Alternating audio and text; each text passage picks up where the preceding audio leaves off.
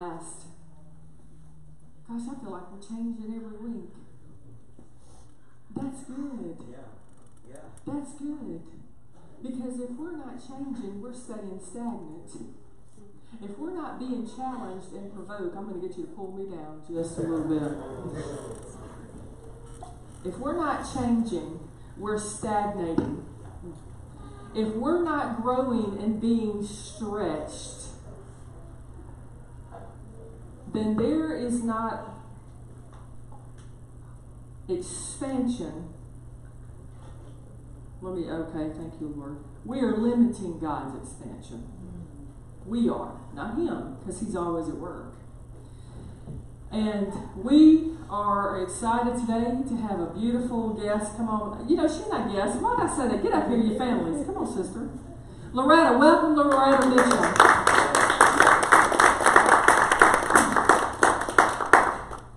And Loretta joined us as a partner a few weeks ago, and Diane, and this is her brother back here. And we are family. I almost broke out in that song. We are family. Hey! Yeah. She's going to share her testimony of who God is to her and the power of God that has worked and is working and is going to continue to work. Come on, girl. Thank you, Jesus. So funny, you guys were singing. You hear me? Yeah. I won't go back. That's one of my favorite songs. So when I heard it, I was William McDowell, when he wrote that song, he was talking about not going back to the old way before I was set free. Yes. The old religious way, the way we used to live before we experienced the Holy Spirit. Yeah.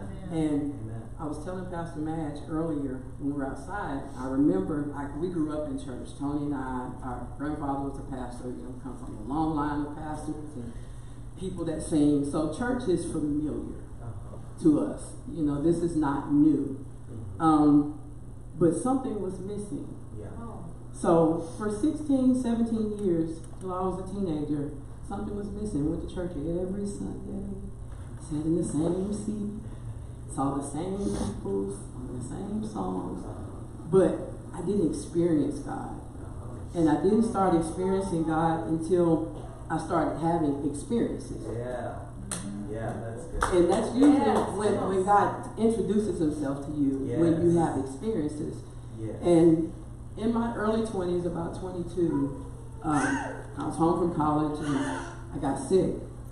Thought I had a cold, and it was simple, so I thought, but I was having problems breathing. And my parents took me to the emergency room and they diagnosed me with pneumonia. It's treatable, so they gave me antibiotics. Long story made short, I never got better. Instead, I was getting worse. Still, I'm a workaholic. Anybody that knows me, even though I have medical issues, I work all the time.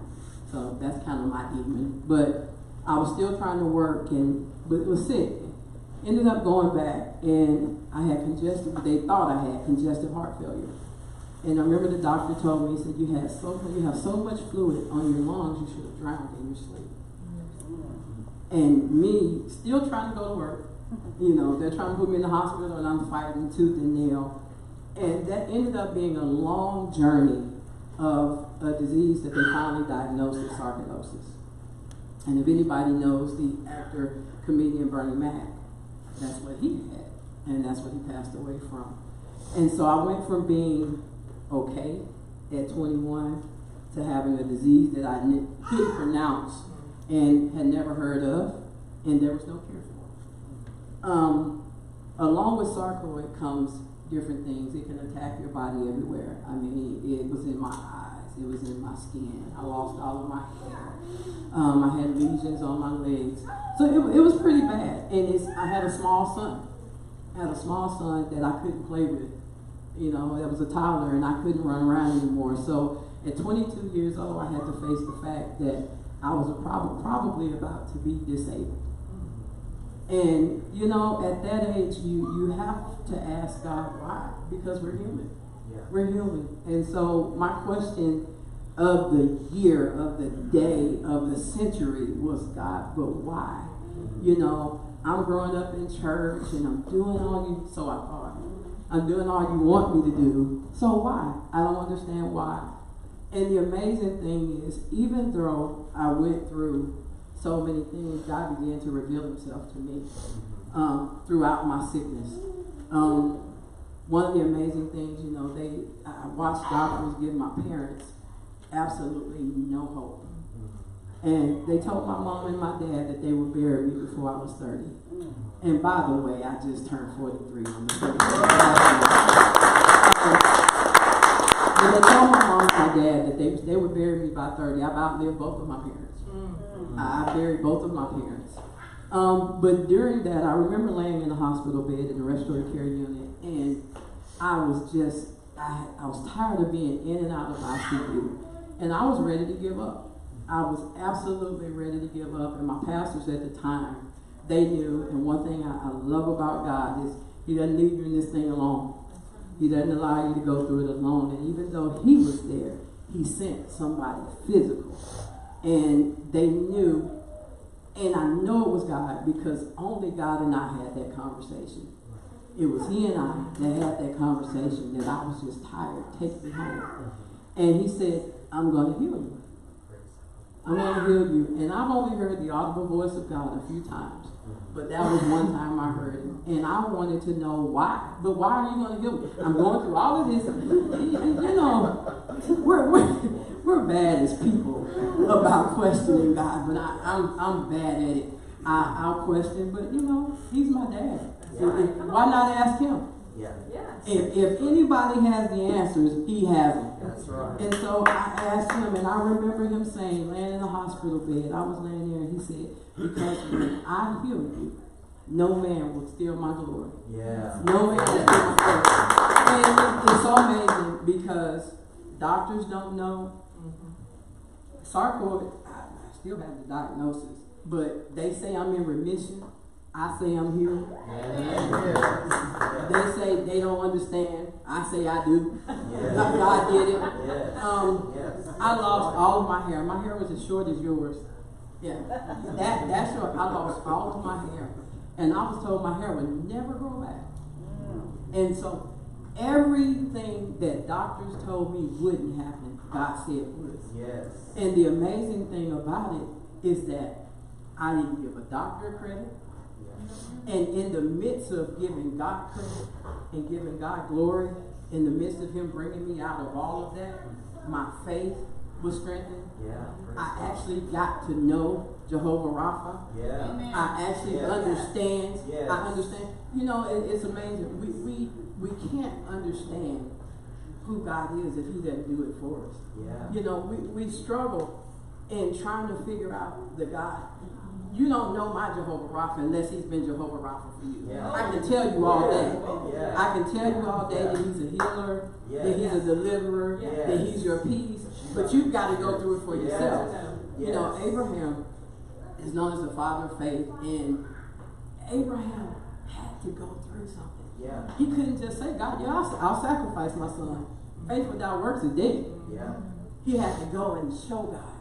Amen. And so because of that, he learned who God is. Amen. And so in the midst of all of that, you know, through all of, because I'm going to tell you, it wasn't easy.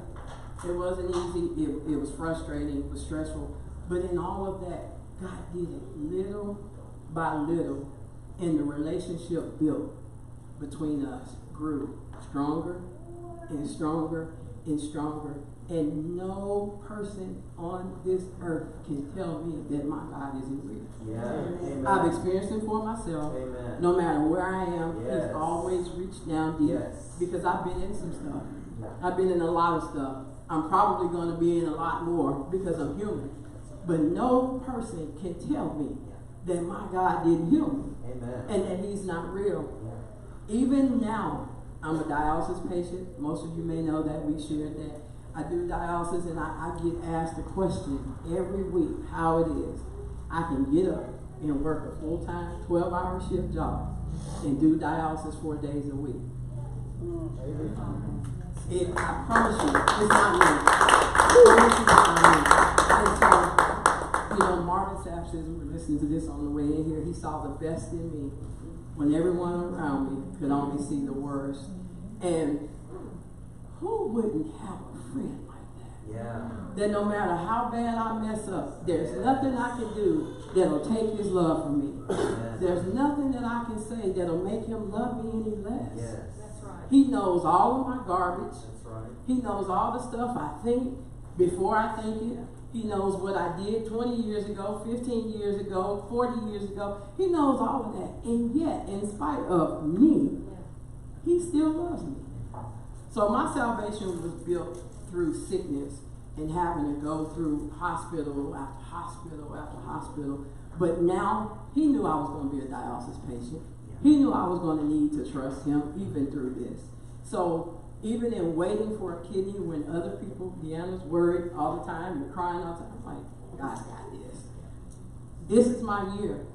But God and I have done this together. So if anyone just needs a little encouragement, I promise you, even when it's darkest, my mom used to say, it's always darkest before the dawn. Yes. Even in your darkest moment, he'll be your light.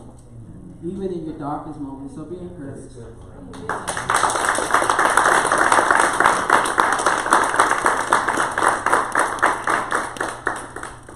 Thank you, thank you, thank you.